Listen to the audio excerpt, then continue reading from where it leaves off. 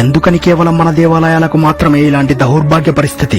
మనం ఇంతమంది సమూహం ఉండి కూడా ఒక్క పురాతనాలయాన్ని కూడా కాపాడుకోలేకపోతున్నాం. ఇది మన చేతకానితనమా లేక నిర్లక్ష్యమా? నేను గత కొన్ని రోజులుగా నందికొట్కూరు నుంచి కర్నూలు వెళ్తున్నప్పుడు జాతీయ రహదారిలో ఎడంవైపు పొలాల్లో ఒక పురాతన ఆలయాన్ని చూసేవాడిని. అసలేంటి ఈ దేవాలయం అని వెళ్లి చూసినప్పుడు అందులో ఒక పురాతన శివలింగం ఉంది, మరియు ఆలయానికి దగ్గరలో ఒక బావి కూడా ఉంది. ఇక్కడ ఒక పురాతన శివలింగాన్ని దర్శించుకున్నాను అని ఆనందపడాలో లేక ఇంకొన్ని రోజుల్లో ఈ ఆలయం శిథిలమైపోతుందని బాధపడాలో తెలియడం లేదు. మహాశివుడు ముందున్న నందిని కూడా పగలగొట్టారు. ఎన్ని రోజులు ఈ ఆలయం గురించి నీకు తెలీదు, కానీ ఈ రోజు నేను తెలియజేస్తున్నాను. నువ్వు నిజంగా ఈ పురాతన శివాలయం బాగుపడాలని కోరుకుంటే ఈ వీడియోని షేర్ చేయి. నీ ధర్మాన్ని నువ్వు నిర్వర్తించు. శివుడాజ్ఞ లేనిదే చీమైనా కుట్టదంటారు. ఇప్పుడు నువ్వు ఈ వీడియో చూస్తున్నావంటే కారణం ఆ శివయ్య ఆజ్ఞాపించాడు. అన్నా, నా జీవిత లక్ష్యం ఒక్కటే, ప్రతి పురాతనాలయంలో దీపం వెలగాలి, తిరిగి ఆలయం పూజలు అందుకోవాలి. దయచేసి నా లక్ష్యాన్ని బ్రతికించండి. మన పేజీని ఫాలో చేసి నాకు తోడుగా నిలబడండి.